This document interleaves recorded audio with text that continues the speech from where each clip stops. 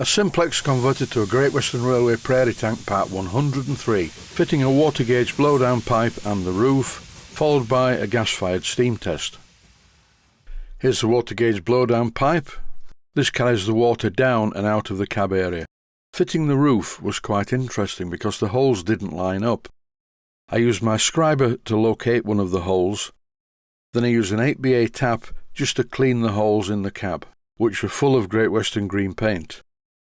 The cab roof is designed to fit to the cab using 7 8BA countersunk bolts, or machine screws, or whatever you want to call them. There was a very small brass bracket at the front of the roof. I fitted this small brass angle, but because I'd changed the spectacle plate, the hole in it was nowhere near the roof.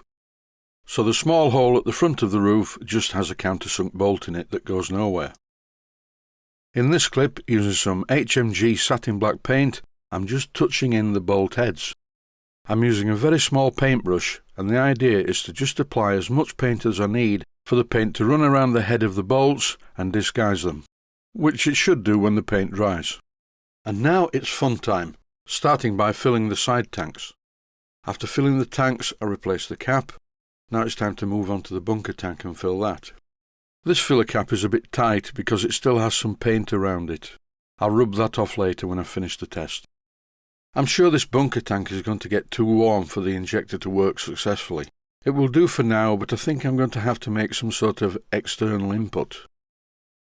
The first part of any steam test is to fill the boiler with water, so I'm actually using the axle pump, driving the engine with compressed air, and it's filling the boiler very well, a little bit too well. The heat source for this test is this small portable gas burner. It's actually quite good. For its size, it gives out quite a lot of heat. A few weeks ago in the village where I live, we had a 13-hour power cut, so I used this small gas burner to make some tea and also cook my breakfast. An important note though, if you're using gas burners, put them under the boiler and start them off very low. The last thing you want to do is introduce a very strong heat source to a coal boiler. When you light a coal fire in a locomotive like this, you start off with bits of wood and the whole process takes quite a while. I thought I'd show you the method that I used to stop the gas burner moving out of place. In this clip I'm around the other side of the engine oiling up the motion, and now I'm going to teleport to this side. It's very important to oil every moving part, including the axle boxes. There's a bit of a problem with this gas burner. It's not high enough up inside the firebox, and the cab area is getting very hot indeed. So hot in fact, I think it's warming up the water in the bunker tank. And as we all know, live steam injectors do not like to run on hot water. To be fair though, at the moment there's very little steam pressure. The needle has just moved off the stop. Even if the water was cold, I don't think the injector would pick up at this sort of pressure. It's trying, but it doesn't. At the other side of the engine, I've sat the gas bottle in another plastic tub. And by adding the condensate from the injector, this stops the gas tank from chilling, which in turn prevents the gas pressure from dropping. There's much more heat now, just enough to blow the whistle. I think it's time to try the injector one more time and see what happens. And it's still not working properly, but this could be because the water in the tank is too hot. But either way, in the next steam test I'll change the injector for one of my others. It's still very hot in the cab area, so I'm having to use a cloth to grab the regulator. It was a bit lumpy at first, but the cylinder drains were open. This cleared the condensate and the engine started to run well. The steam pressure showing on the pressure gauge is only about 40 pounds per square inch. And although the engine's running very well on the test bed, this pressure would be at the bottom of the range for successfully pulling passengers. Considering the state of this engine when I first got it, I really am quite pleased with the way it's running. There are still one or two minor tweaks that need doing, but nothing severe. I'm not happy with the return crank, it's not tight enough on the crank pin. But the engine doesn't know this, so it runs anyway. The water levels dropped slightly in the water gauge, so I'm closing the bypass valve. Here I'm demonstrating the cylinder drains. When I open them, just steam comes out. Now the engine's running, the exhaust blasting up the chimney is drawing the fire through the tubes. So the steam to the cylinders looks very dry now.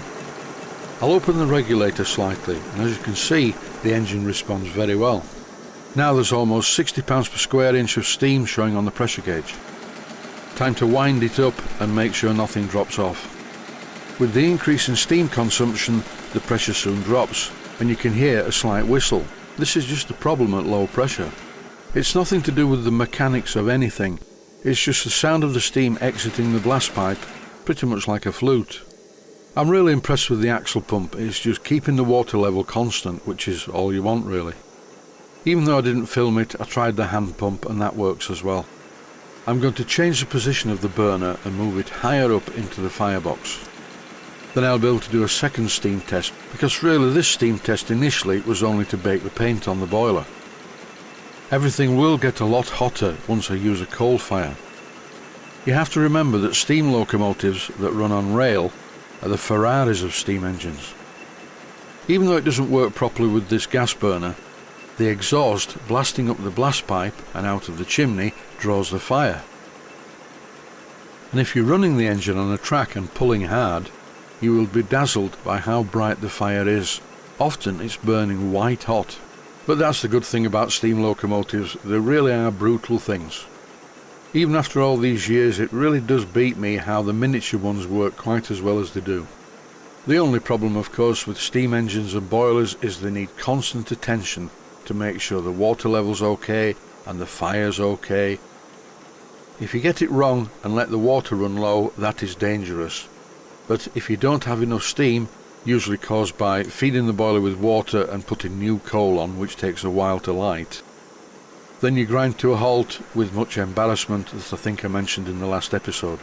And then it would be really embarrassing if you were running on a club track and let the steam pressure drop so far that you stopped and had to be pushed out of the way by a diesel outline locomotive with a battery in it. Not good. Anyway, that is it for this video. I can't really say any more. I'm just going to leave the engine running until the end of the video. I'd like to say, as always, please stay healthy, thanks for watching, and I hope you found it useful.